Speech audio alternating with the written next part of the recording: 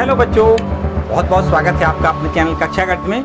चलिए स्टार्ट करते हैं। प्रतिस्थापन विधि होती क्या है आखिर, पहले तो इस पर चर्चा कर दें। भाई प्रतिस्थापन तो आप जानते हैं, जैसा उसका नाम है। प्रतिस्थापन का मतलब क्या होता है? एक जगह से दूसरे जगह शिफ्ट करना, है ना। एक जगह से दूसरी जगह शिफ्ट करना प्रतिस्थापन कहलाता है। तो यहाँ पर क्या करना है, एक चर को दूसरे चर के रूप में प्रतिस्थापित करना है, बस इतनी सी बात है। देखो ऐसे हम ये कहें कि हमें कोई दो समीकरण इस प्रकार से मिल जाएं, जैसे x प्लस 3y बराबर 5। हमने उदाहरण ले लिया, एक समीकरण रैखिक समीकरण कोई इस प्रकार से है x प्लस 3y बराबर 5, और एक दूसरा समीकरण कोई इस प्रकार से हो जाए कि 4x प्लस 5y और बराबर में 3। ऐसे दो समीकरण हमें दिए जाएं। फिर अगर अब हमें इनको प्रतिस्थापन विधि से हल करना है। देखो प्रश्न यदि कहता है कि आप प्रतिस्थापन विधि से हल करें, तो परीक्षा में आपको प्रतिस्थापन विधि ही अपनानी है।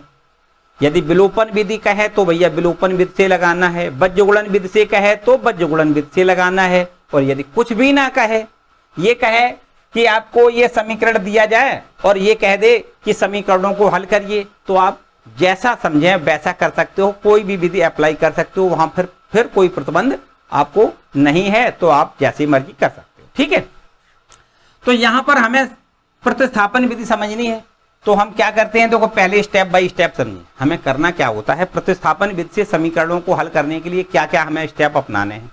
पहले हमें दो समीकरण जो दिए जाएंगे उनको अच्छे से आप ये समझें कि एक समीकरण से किसी एक चर का मान निकालें और उस मान को दूसरे समीकरण में रख दें। जैसे अगर हम पहले समीकरण से एक चर का मान निकालें तो हम दूसरे समीकरण में रख दें, और यदि दूसरे समीकरण से निकालें तो पहले में लिख दें। ऐसी कोई अनिवार्यता नहीं है कि पहले समीकरण से ही निकालें x का मान या y का मान तो फिर दूसरे में रखें, ऐसा कुछ अनिवार्य नहीं है। दूसरे से निकाल के आप पहले में भी रख सकते हो। तो एक चर का मान किसी एक का, x का अथवा y का, यह भी प्रतिबंध नहीं है कि x का ही मान निकाल के y दूसरे समीकरण में रख दें। x का निकालें अथवा y का मान निकालें। एक चर का मान निकाल के इस समीकरण से अथवा इस समीकरण से, इस समीकरण से x का अथवा y का मान निकालें तो इस समीकरण में रख दें, और इस समीकरण से x अथवा y का मान निकालें तो ऊपर वाले में रख दें। ऐसा आपको समझ लेना। ठीक है, तो यहां से जो भी आपको सुविधा के अनुसार, जो भी आपको सिंपल तरीका से लग रहा है कि हम इससे x की वैल्यू निकालें तो ठीक है, तो इससे निकालें तो फिर इसमें रख दें। यहां से तो अब इस जैसे मान लो यही सभी समीकरण हमें दिए गए, तो हमें यह लग रहा है कि यहां से x की वैल्यू हम बड़े आराम से निकाल सकते हैं। समीकरण 1 से, पहले वाले समीकरण से x की वैल्यू हम बड़े आराम से निकाल सकते हैं। x बराबर कितना हो जाएगा, 5 माइनस 3y। देखो ध्यान दें, ये अगर x की वैल्यू निकालना चाहें तो 3y प्लस का है, इधर भेज देंगे तो माइनस का 3y हो जाएगा।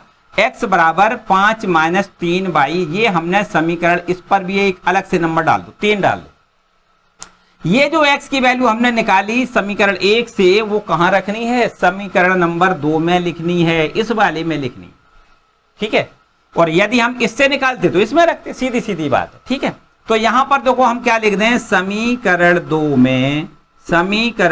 में x का मान रखने पर, समीकरण 2 में x का मान रख दें, इस वाले में लिख दें। देखो 4 और x का मान कितना लिख दें, 5 माइनस 3y प्लस 5y आपका ठीक लिखा है, बराबर में 3।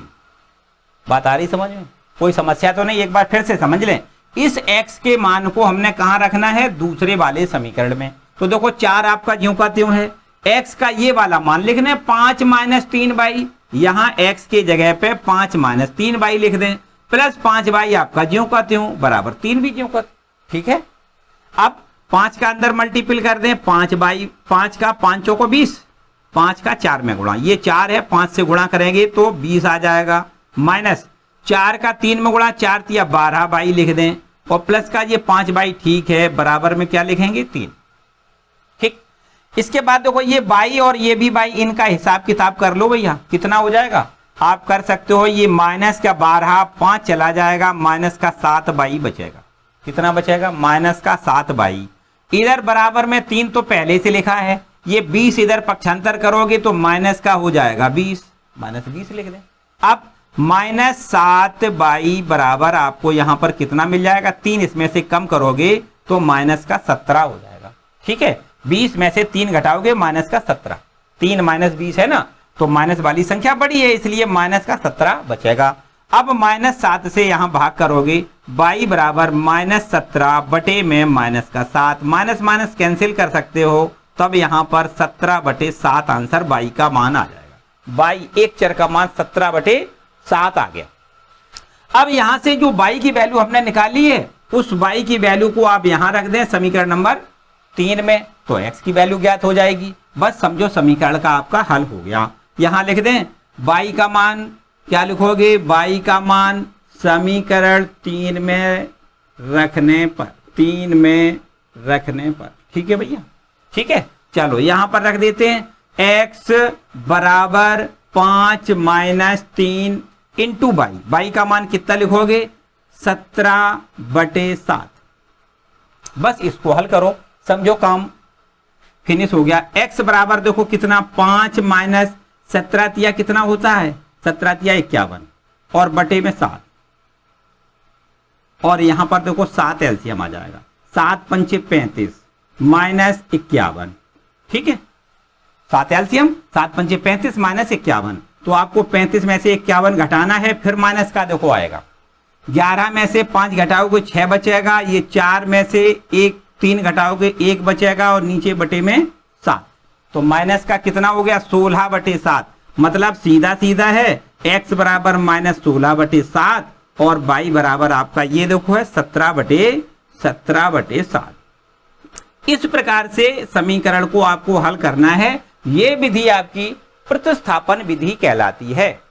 एकदम क्लियर बात, देखो सीधी सीधी बात है। हमने बताया कि आपको कतई किसी प्रकार की कोई समस्या नहीं, बस केवल रूल अपनाइए आप। हमने क्या बताया, एक समीकरण से, किसी एक समीकरण से, इससे अथवा इससे, किसी एक समीकरण से एक चर का मान निकालें और जिससे निकालें उसके दूसरे वाले में लिखें।